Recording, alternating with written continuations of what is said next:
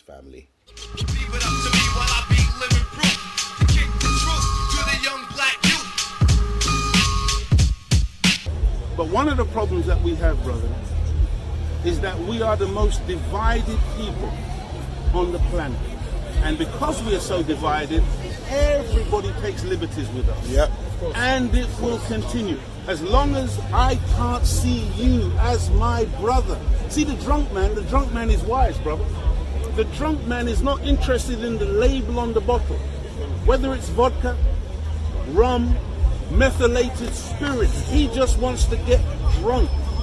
He's not interested in the label. You and I are too focused on the label and not focused on the content. The Bible says, test the spirit. Can you feel my spirit, brother? I can feel yours. We are brothers. Kick the truth to the young black youth. Black families, the Prince of Pan-Africanism, Dr. Umar Johnson. We live and direct. I want to give a shout out to Blackicetv.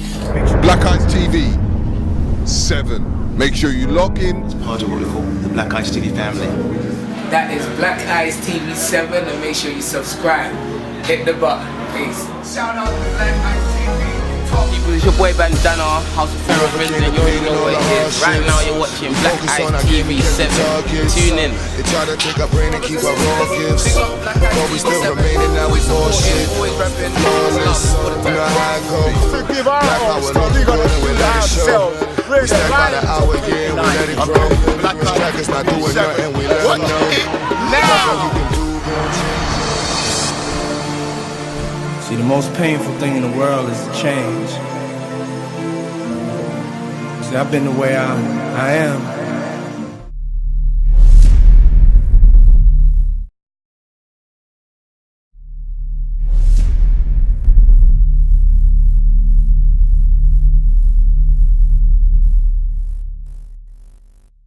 We'll just put this out there. A lot of people hear African spirituality and they're just scared. You know, because we have to understand that, you know, we're coming from slavery. So based on that slavery, anything to do with Africa, you know, we don't want nothing to do with it. You know, they've programmed us in a way that they've done a crafty job that as soon as we hear Africa, we think of dark side. You know, Africa, Obia. So if you was to say African spirituality to the average, you know, black person on the road, they're gonna be scared. They're gonna be thinking, what does he mean? Is he into some type of witchcraft? Like, this is how we think. So first things first, so in my opinion or definition of African spirituality is, you know, an African person's spirituality in simplicity. Okay. You know, if you have a European, you know, spirituality, it's just a European spirituality. So it doesn't necessarily have to be a dark side element. And you know, I would question, why is it automatically we think it's a dark side? I'm Brother Malak from the AWF Nation. AWF stands for African World Federation. Mm-hmm. And we're a group of African people globally trying to build an organization to deal with some of the issues concerning our people globally. Okay. Yeah, I'm Yewande Ogunaike. As a policeman, if I...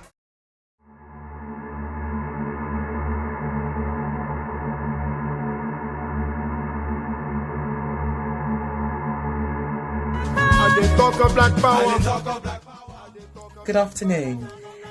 I'm here to ask you, where will you be at 7 p.m. this Thursday, the 11th of July?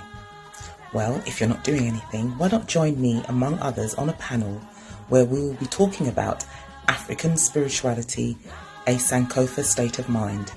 This will be taking place in Tottenham, 399 Tottenham High Street at the T Chances building. Come along and join us for some really deep spiritual talk and some mingling and networking. It'll be great to see you there. I look forward to seeing you this Thursday, the 11th of July at 7 p.m. Have a wonderful day. Blessed be.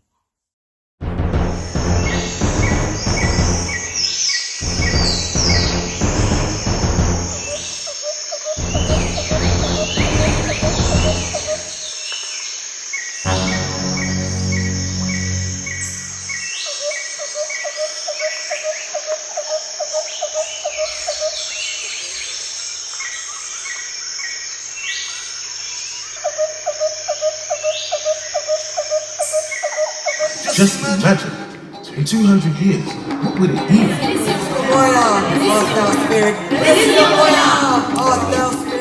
Edison Badger. I I'm part of an organization called Ancestral Essence. We started it about 3 years ago with the aim of simplifying African spirituality.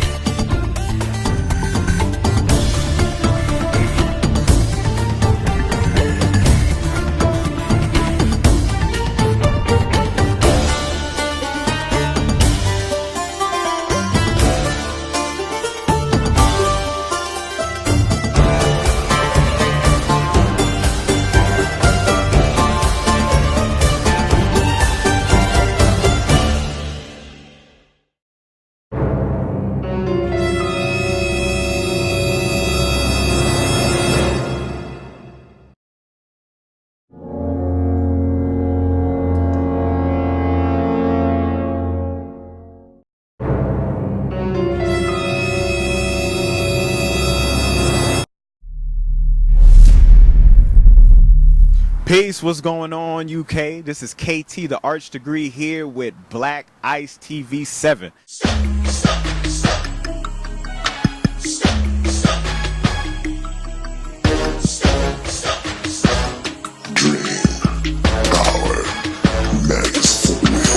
Turners on your feet and singers on your feet. Can you feel the beat? Come on, come on, bye bye. Now turners on your feet and singers on your feet.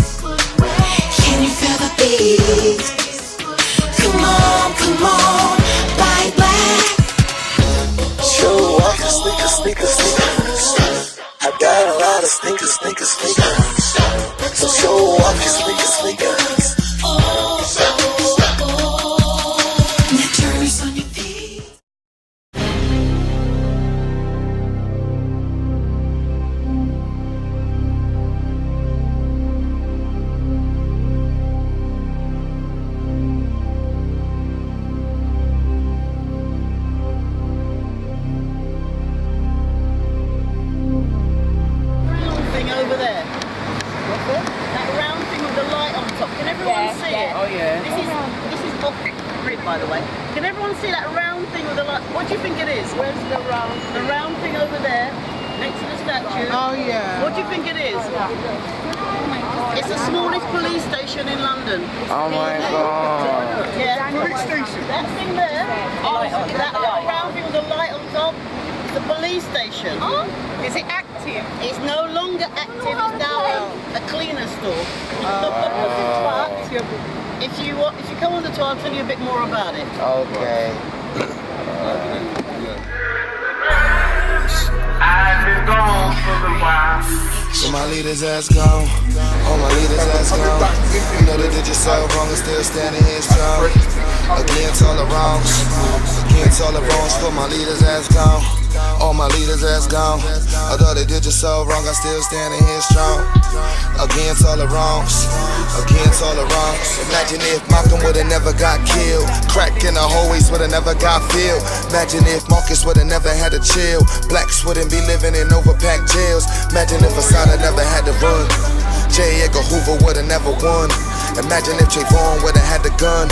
Black life songs would've never been sung. So I wonder how this world's gonna ever be. A place where these wrongs gon' ever cease. Can't transform to a better me when they teach my leaders on my enemies. So if you wonder what this pain is, try to picture this scene as it's painted. All of my leaders kill or they tainted. To give us the lowdown and the history of what we see here, because you know we're following the path of our ancestors and understanding who they are and how they're around and how they feel the majority of places around. So this is the Blackicetv agenda, the first day, and could you just take one of me and when I'm in part of it?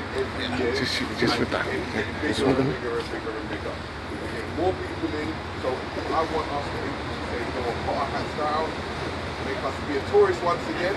You understand? We're coming back into England as new people, as fresh. We just come here and we come to explore places where our ancestors have been. Right. Quick picture, get everybody. Yeah. You taking a picture. Okay. You know, and everyone that's late, that's their fault, because they should have been here in time like everyone else.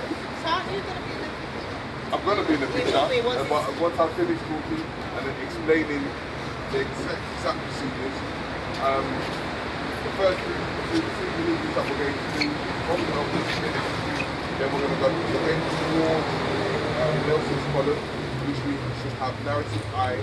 A man called Yinka. He's got a black. No. If I was doing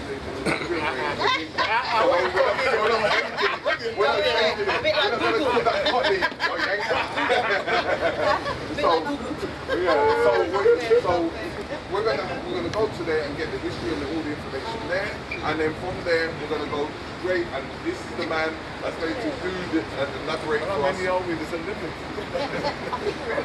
Okay. Less to 16. I'm going to tell them that.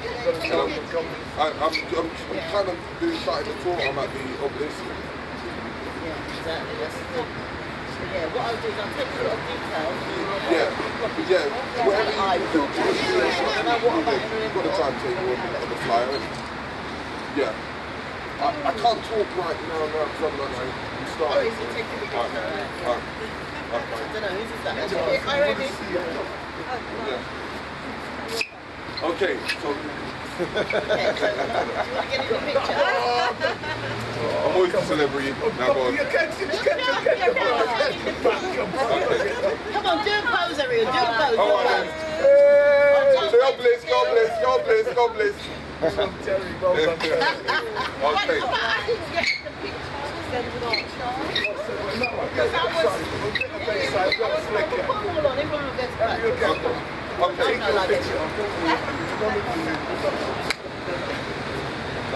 We were supposed to do the libation, and the honest truth is that the people haven't come, so they're all late, they want to be sleeping, a lot of people are phoning me, and they're thinking, yeah, they're on their way, so they're going to have to do the libation in other spots and other places. Each picture that we take at every point is made into a pattern. Because what we're trying to do is restore our history with our ancestors and keep that pattern of pass it on to the next generation. When you say history, what do you mean? Like, is it like an extra a photographic book that shows the evidence that we represented our ancestors at that time. Because we never, one thing we don't do is we always document and talk about our history, but we never talk about the people that are actually talking about history at this present time. Like what before. So, I would like you to now present this beautiful obelisk and give us the lowdown of what it's about and the whole history about it. Right. First of all, can I ask you all to move over here, please? And if you don't want to be looking at this particular obelisk, that way you can all see it. Okay. Good morning, everybody. My name is Avril, and I run a company called Avril's Walks and Talks. And I'm here today to tell you a little bit of history about this particular monument that we're looking at. Now, the word for this in English, or should we say Greek, is obelisk. Does anyone know what it is in true Egyptian? Old-fashioned, old-days Egyptian? Does anyone know the word? It was called a tek henu. So if you hear people say, I went to see the tek henu, what they're talking about. Yeah? The word that we use for obelisk is a Greek word. So the Egyptian word is tek henu. Okay, everybody say after me, tek henu. Tek henu. There you go, you've learned a new word today. Right, now, this is possibly one of the oldest monuments, even it could be the oldest monument in London. How old is London? Somebody must know how old London is, we all live here. When were the Romans here? Roughly, before 10, long before 10, about 2,000 years ago. So the Romans called London, Londinium. That's right, so you did know. So, you see, they know you don't tell. So, basically, Londinium was named Londinium about 2,000 years ago. How old is this monument? Does anyone know? Does anyone get how old this monument is? How old? Come down a bit. 3,500 years old. If London is 2,000, this is 3,500. Which is the oldest? Exactly. So how did this get here? Yeah, see? I can do one. Okay, this got here, basically, Britain and France were fighting a war in Egypt. Now, they were fighting this war, and somehow Britain won. Who knows why they're fighting a war in Egypt, Britain and France? No, it's not a question.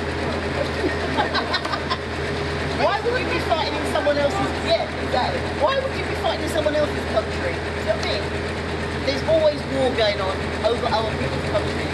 So, eventually the British won against the French. So, the person who was in charge of Egypt at the time, whose name was Muhammad Ali. Has anyone ever heard that name before? His name was Muhammad Ali. He said, oh, I'm so grateful for the British, I'm going to give you a gift. So he gave them this. Now, you're looking at this thinking, wow, that's nice, isn't it? The British looked at it and thought, what are we going to do with that? They left it in Egypt for 70 years. They did not touch it. Yeah, because a couple of reasons why they weren't crazy about it, for one. And two, it was very expensive to actually be able to get it into London from Cairo. It's one complete piece of granite. And granite is one of the hardest stones, materials in the world. So they're thinking, how the heck are we going to get it here? So they built a massive, massive boat. Absolutely huge. And they managed to get it onto the boat. However, the journey from Egypt to here was fraught with danger. And those 6 men that you see mentioned up there, inscribed all their names, yeah, they were all drowned. Somehow this survived. Yeah, amazing. Amazing that this survived. It weighed 240 tons. How the heck does that survive with 6 men drowned? So, it arrives, and now it's here. The MPs think, oh, that's nice, we'll have the Act of Parliament. Basically, Parliament, the people, this beautiful embankment which runs all the way down that way and all the way down that way, had just been built, 1878. And House of the Parliament said, oh, we'll have it outside the House of Parliament. The people of London said, no, you didn't pay for it. So this man paid for it, this man called Williams Erasmus Smith, he paid for it. They decided to have it here as a monument to the embankment opening. So they put it up here. Now all this black stuff that you see helping to support it was designed by a guy called George Vulamy. And George Vulamy put all the way along the embankment lots of this black stuff. Now this black stuff was actually made from the guns of captured French ships. So every time they captured a French ship, they would melt down the guns and they would make something out of it. So as you go along, you'll see here you've got fishes on this side, and further down you get fishes, you get frogs, you get ducks, all the way along the embankment, because it's a very long embankment. So they've designed it all the way up in different things. So now, before they put this up though, they decided they were going to do something very strange.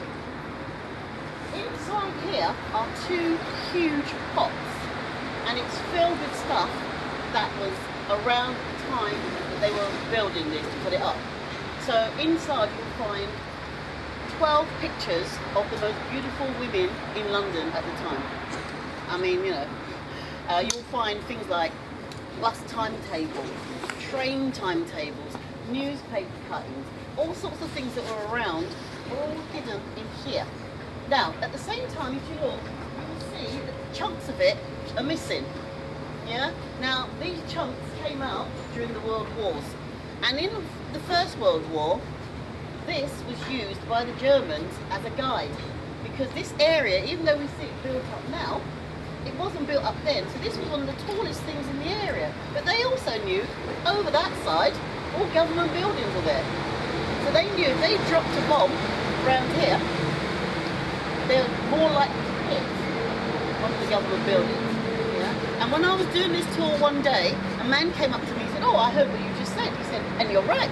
He said, here's a picture.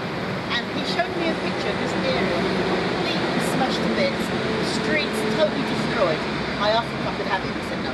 So basically, now when George was designing this, he also designed two very important things. That's a horrible word to say to me. Sphinx. Yeah? And if you see the Sphinx, they're looking the wrong way. When you're guarding, they are supposed to be guarding this, you should be looking the other way. Yeah? But someone did point out that that one might be looking that way and that one might be looking that way. But to be honest, I think you'll find that they're looking the wrong way. And that's because Queen Victoria wanted them to be looking at the monument. So, when I talked to you about the First World War, when you were coming up, did anyone notice the big holes that are missing in this particular one here? Yeah? You could put your hand in, they're so big. Because during the war, when they dropped all the bombs, it destroyed parts of these. So as you go by, you will see that you can put your hand in. And one time I came and someone had put loads of flowers in them. It looked great. So as you're going back this way, have a look and you will see. Yeah. Now the inscription written on the front of the Sphinx says, "To the great God Tutmosis." Moses. Has anyone ever heard of Tutmosis? Yeah, Egyptian god. And I'm sure certain persons within this team would be able to tell you a lot more about them than I could. Yeah? Now, good morning. It's alright, we're nearly finished. So when you walk along, also check out the benches that you may not have noticed what's on them as you're walking. A lot of them had people sleeping on these walking. But check them out as you go and see what George Vulamy has actually put on them. It's quite fascinating to think that we're walking around London and there are people who know our history more than we do. Yeah. So you will find something like this. Yeah. It's a monument to the sun god Ra in Egypt. Obviously not here, but that's what it would have been originally. Yeah. So take your pictures, read, have a look, and we've got about 10 minutes to get to Nelson. Yeah, so take some pictures and enjoy the afternoon. All right, people? So there's new members, so we take one more big shout just to make sure to stop people early. Oh, just to say, the lions. Does anyone see the lions? The green lions? Yeah.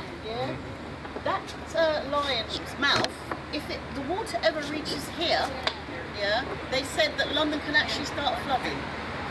Yeah. Now, I've been on a tour here where I started here and we couldn't actually stand here because the River Thames completely was right across. Yeah. So we had to stand up there to talk. So you have to be careful sometimes when you come here. The Thames is actually higher than you realise. Yeah. But then the tide goes out and you can go onto the beaches. That side have got beaches, if you notice. Yeah. That's the South Bank. Okay, I think I'm done. I didn't want to stay here all night, all day, but I thought I'd just give you a short little history of this monument. Okay, so one more picture and then we start making. Okay, right.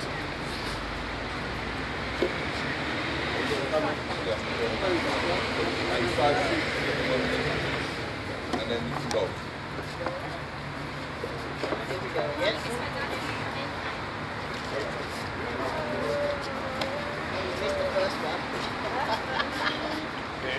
Come on, Terry, go out the back door. You can drown everybody else. That's because he's so tall. Yeah, we're all family here, but not too much. The little one's in. The little one should be at the front. So ask that guy to take a picture of you coming as well. What? I want to see what you mean. Great. Come in, bro. Fred, I'm just going to come out and take a picture with everybody. Uncle, come on. No, I'm just going to take a picture. Stay still, people. Grab people. Smile. Pretend you had a good time.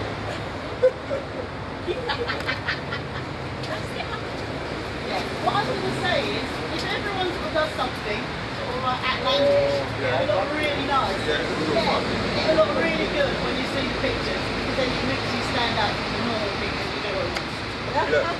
So if everyone does something, you know, whatever, do what's that picture that Usain Bolt does?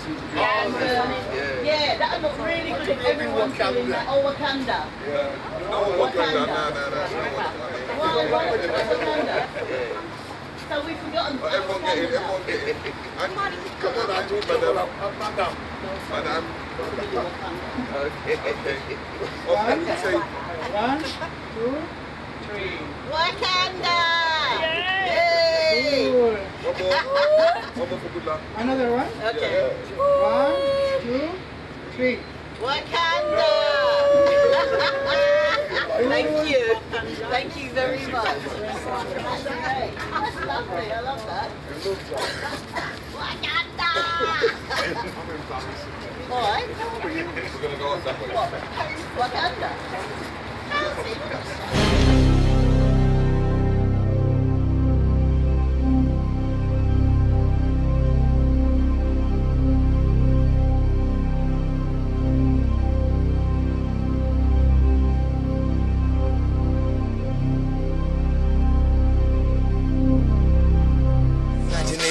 Would've never got killed. Crack in the hallways would've never got filled. Imagine if Marcus would've never had to chill. Blacks wouldn't be living in overpacked jails. Imagine if Asada never had to run. J. Edgar Hoover would've never won. Imagine if Trayvon would've had the gun. Black life songs would've never been sung. So I wonder how this world's gonna ever be a place where these wrongs gonna cease. Chocolate. The boy really dog. Nah, you don't wanna see that in a spot.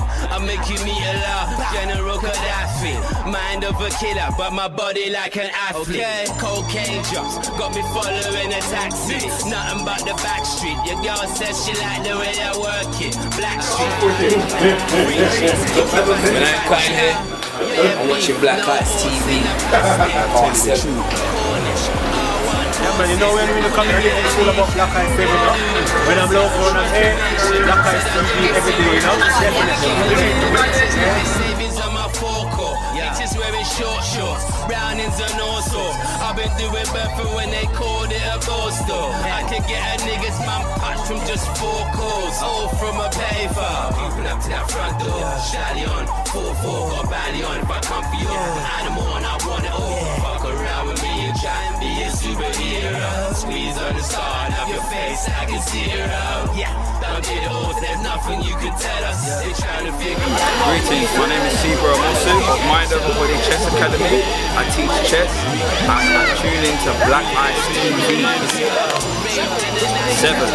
Black Ice TV 7. Peace. Yes, brothers and sisters, family, community. Louder.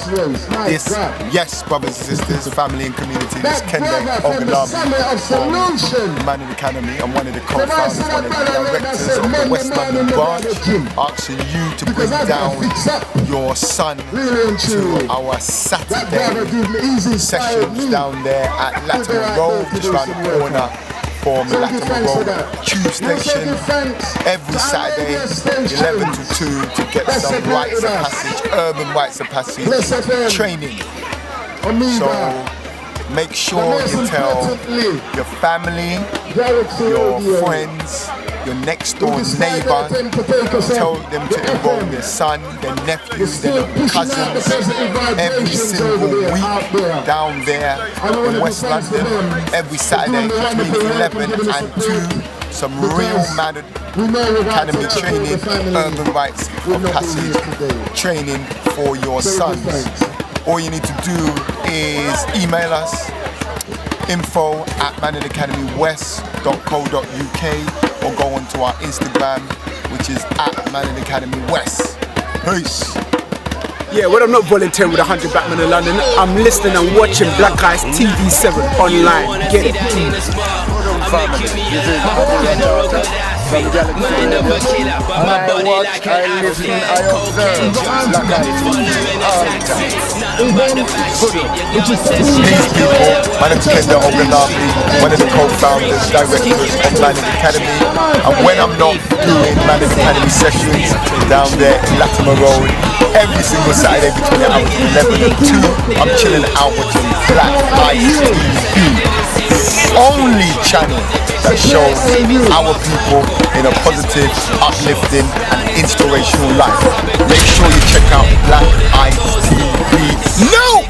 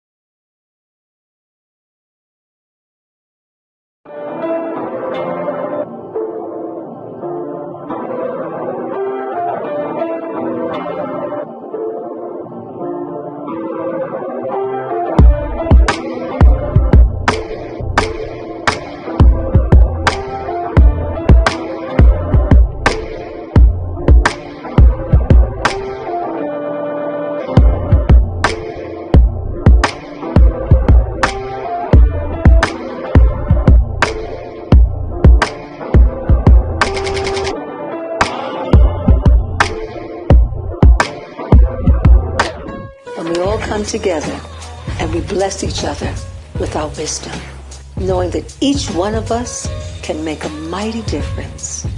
So as we heal ourselves, we in fact heal all our relations. Thank you, Most High. Thank you to Andre. My name is Trey Williams. I'm an insurance risk consultant, and I'm from Long Island, New York.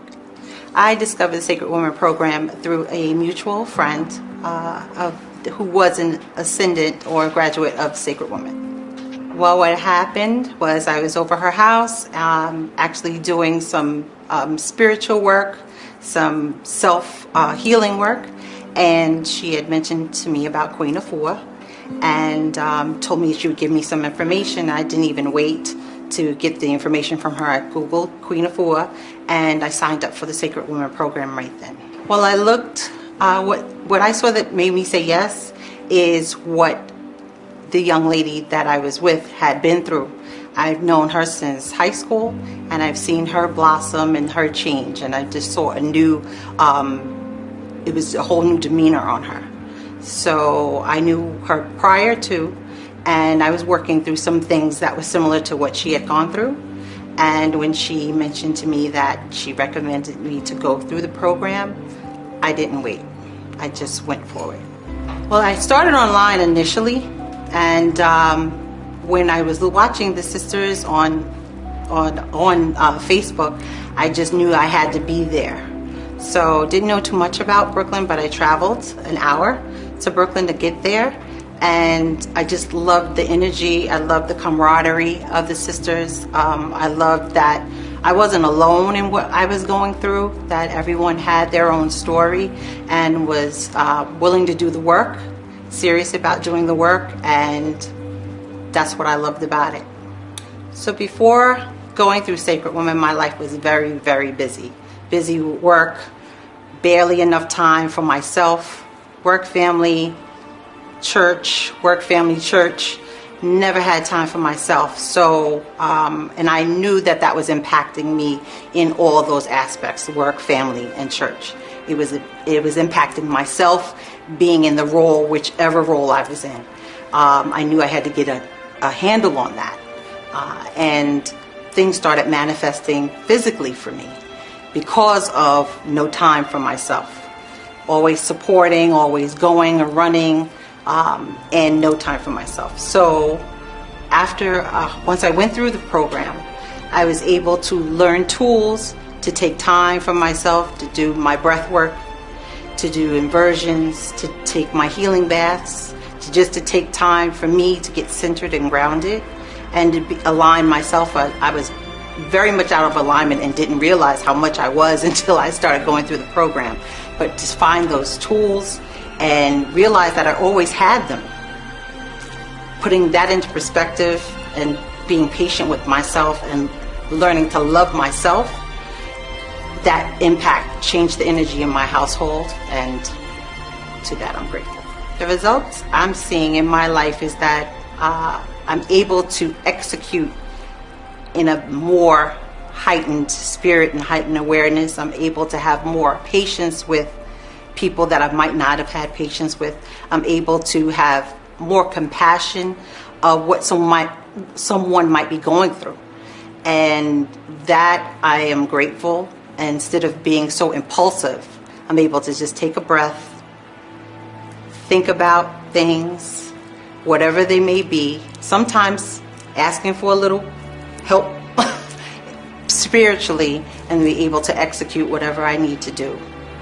So I'm using those tools along with my diet, with exercise, and getting back out there and not being a self-pity party person when things don't go as I planned. I know that it's of a higher calling. The Almighty has the way, the final word, and just to be able to say it's not my way, but thy will be done, and just go with spirit. As a Christian, that was what I was raised in, but that's not what I chose. That was my foundation, how I was brought up. Coming from parents that was a lineage of Christians, But again, that's not what I chose for myself as an adult. I'm always open. I was raised in an Episcopal church. I went to a Lutheran primary school and then a Catholic secondary school. And then also went through a Catholic and a Dominican tradition, because there are different traditions. There's Roman Catholic in college. So with all of those exposures, and every summer going to Savannah, Georgia, and being in Baptist, because that's what my grandmother was, there were a lot of things that were contradicting to me. However, I just embraced it all wherever I was. So I've always been open spiritually, and whatever resonates with me is what I go to. My gateway was my aunt, relationships. That gateway was something that I don't think I chose. I think it chose me. When we were in the program and we were asked to choose, I didn't know. I was looking all over, and for some reason I kept coming back to that. And I was like, oh, I don't have problems with relationships. I don't, I make friends easily. My marriage is good, but the relationship with myself is also a relationship. So that gateway chose me, and it all begins with yourself as far as the healing work and everything else that you do. If you're out of alignment, then anything that you come into contact with will be a little off. So in that aspect, my aunt, the balance, when I said I was into this and into that, running all over things, it all resonated, it all was pertinent to me with the relationships, with wherever the relationships were, whether it was church, whether it was work, whether it was home. Like I said, I was all over the place doing everything for everyone and not for myself. So that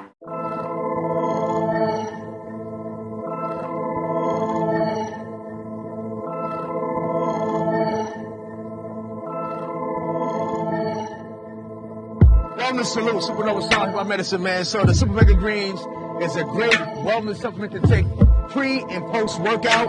All you gotta do is grab a scoop, put in some water, some fruit juice, shake it and go. It's a great convenience for cell building, fresh oxygen to the cells. So when you're pre-working out, that extra pump, extra oxygen to the bloodstream from the plant proteins to get you amazing magnetism and the boost in the gym. Post-workout, it's a great recovery meal. Great for cell replenishing and rejuvenation. The Mega Greens has holistic, organic supplements, wheatgrass, spirulina, dandelion, alfalfa, chlorella, and ginger. Those working in tandem together creates an amazing, exuberant, extraordinary matrix of power, endurance, clarity, and fortification for your cells, your bones, your kidneys, your organs, your brain waves to be electromagnetic in everything and all that you do. Super Mega Green Superfoods will electrify you.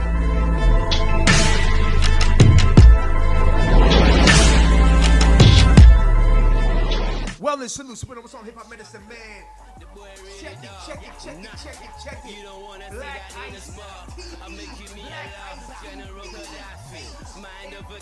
TV is a place to go for all your awesome, magnificent products in the African, Pan-African diaspora. Make sure you log on to Black Ice TV. Black Ice Stores is the place for you to go to download and to be in tune with all of our products. Family Wellness Salute. Rah!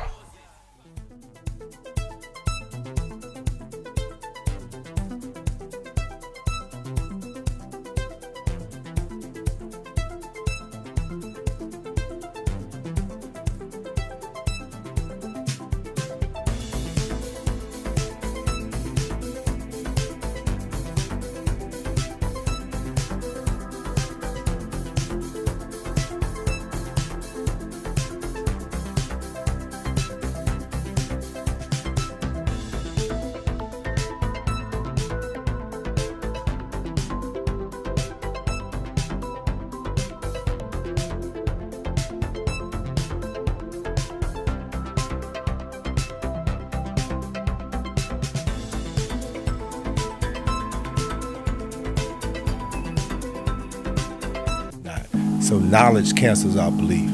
And as I look at the logo for Black Ice, information and knowledge, right?